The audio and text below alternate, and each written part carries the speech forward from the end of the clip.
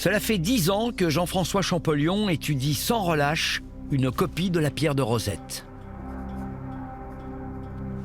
Le texte a l'avantage d'être écrit en 3 langues. Le grec ancien, les hiéroglyphes et une écriture qu'on appelle le démotique, qui est une forme simplifiée des hiéroglyphes. Le français sait que la clé du déchiffrement réside dans la comparaison de ces 3 textes.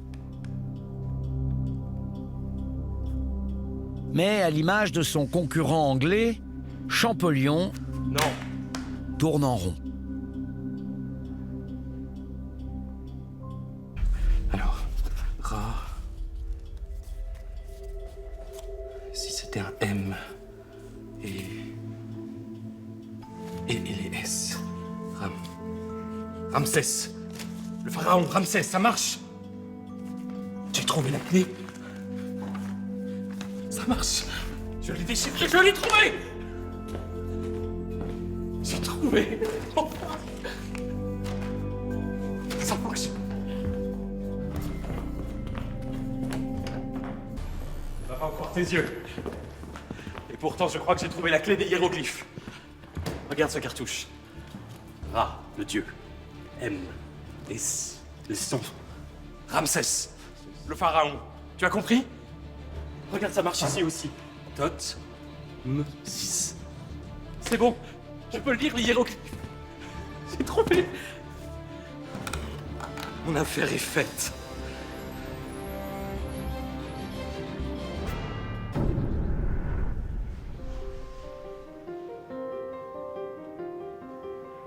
À Turin, parmi toutes les pièces exceptionnelles que Champollion découvre, il y en a une en particulier qui attire son attention. Un papyrus de plus de 3000 ans dont l'égyptologue va mettre plusieurs mois à rassembler tous les fragments.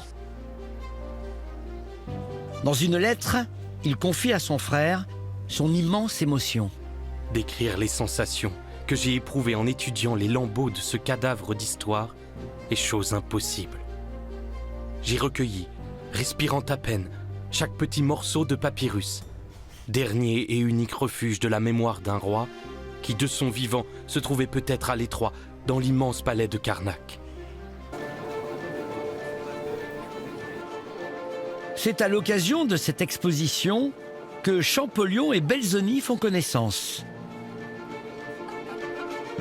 Une rencontre au sommet qui leur donne l'occasion d'échanger sur leur passion commune, la civilisation égyptienne.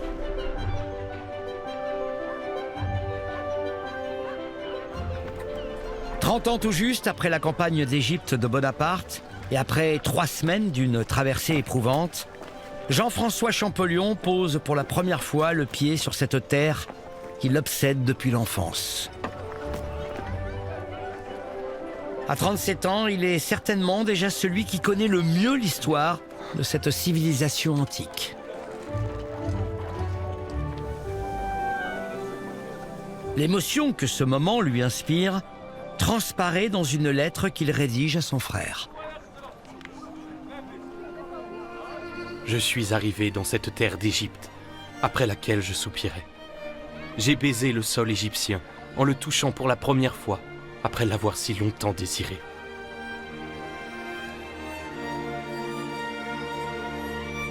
Tous sont fiers d'avoir été choisis par le déchiffreur des hiéroglyphes. Ils sont pour moitié français et pour moitié italiens, comme son bras droit et ami Ippolito Rossellini.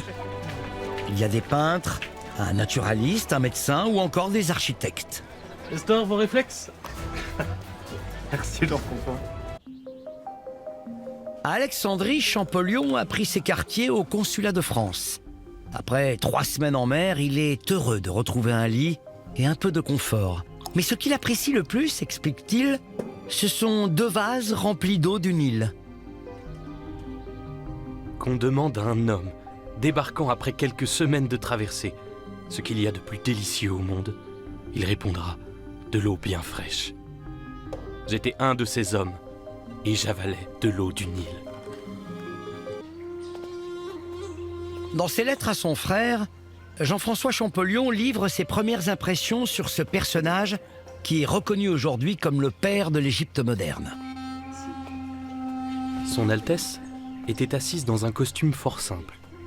Sa taille est ordinaire et l'ensemble de sa physionomie a une teinte de gaieté. Ses yeux ont une expression très vive et une magnifique barbe blanche couvre sa poitrine. L'entrevue est cordiale. Mehemet Ali accorde à Champollion tous les permis nécessaires à son projet. Enfin, mi-septembre, après avoir attendu la fin d'une épidémie de typhus, la troupe se met en mouvement. À son frère, Champollion écrit « Je suis un homme nouveau ». Et, effectivement, son apparence a bien changé. Il s'est rasé le crâne, porte un turban et un costume oriental. Il est fier qu'on le prenne pour un Égyptien. Ce sera parfait ici. Descendons. Les Argonautes aussi s'habillent à l'oriental, ce qui leur permet de ne pas trop attirer l'attention. Il y a de l'eau, on sera au frais. Descendez les affaires.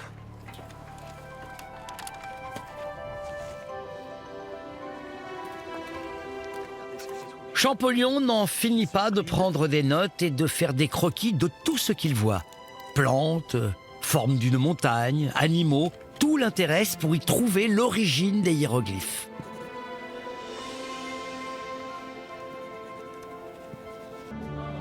Nous avons vu le grand colosse, exhumé par Monsieur Caviglia. Il est tombé face contre terre, ce qui a conservé le visage parfaitement intact. Sa physionomie suffit pour me le faire reconnaître comme une statue de Ramsès. Les inscriptions du bras, du pectoral et de la ceinture le confirment. Je l'ai fait dessiner avec un soin extrême et relever toutes les légendes. Et ça ne va pas s'améliorer en traversant la plaine des momies, l'ancien cimetière de Memphis. Il écrit « Ce désert est formé de petits monticules de sable, parsemés d'ossements humains, débris des vieilles générations. » Après une trentaine de kilomètres, ils arrivent sur le plateau de Gizeh. Champollion écrit encore à son frère. J'ai transporté mes pénates à l'ombre des grandes pyramides pour visiter l'une des merveilles du monde. Après la désolation du désert, l'équipe progresse à présent vers le sud. Les paysages y sont plus verdoyants et les hommes retrouvent un peu de leur énergie.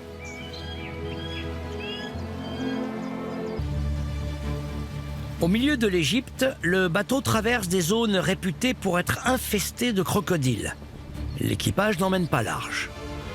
Pour rattraper le retard accumulé, Champollion décide de ne plus s'arrêter. Il veut atteindre au plus vite le but ultime de son voyage, le cœur de la Nubie. Mais de nouveaux problèmes de santé viennent contrarier ses plans. Terrassé par une violente crise de goutte, Champollion passe 8 jours alité dans un des 7 temples de l'île, construit à la période gréco-romaine.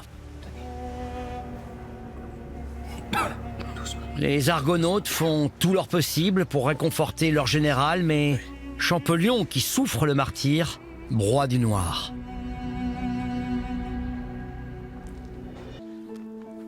Les autres membres de l'expédition venaient lui montrer leurs dessins, le consulter et discuter avec lui. Dans cette étuve, les dessinateurs se transforment en équilibristes. Ils se hissent jusqu'à 8 mètres du sol pour copier toutes les inscriptions. Pour Champollion, c'est encore plus pénible.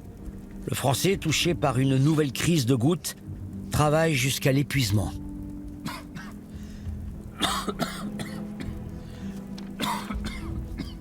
Son acharnement force l'admiration de ses camarades et apaise l'ambiance tendue des dernières semaines.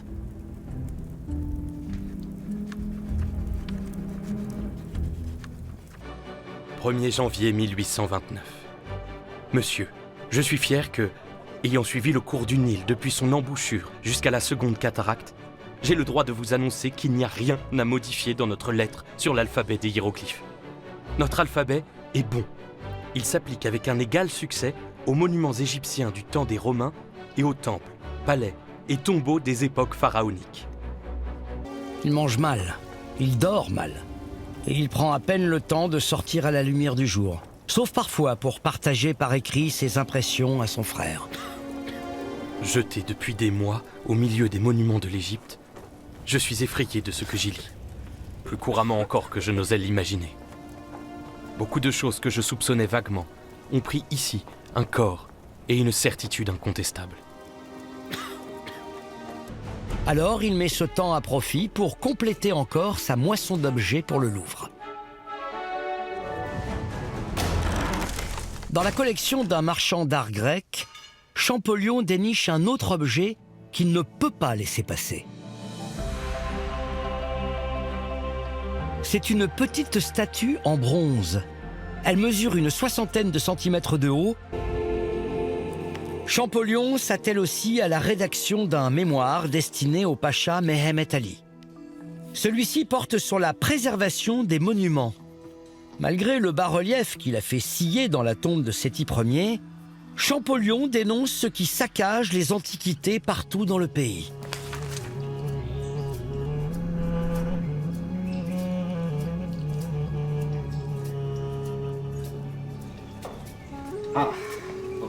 Il remet ce travail en main propre au pacha et plaide auprès de lui pour que les monuments et objets d'art égyptiens restent en Égypte. Voici les recommandations pour la conservation de votre patrimoine. Une idée qui, doucement, va faire son chemin.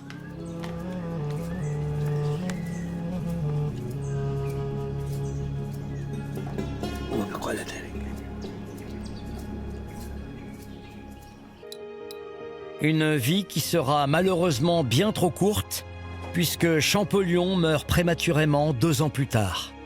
Éreinté par ce voyage, consumé par ce travail qui l'absorbe entièrement, il succombe à une attaque cérébrale à l'âge de 41 ans.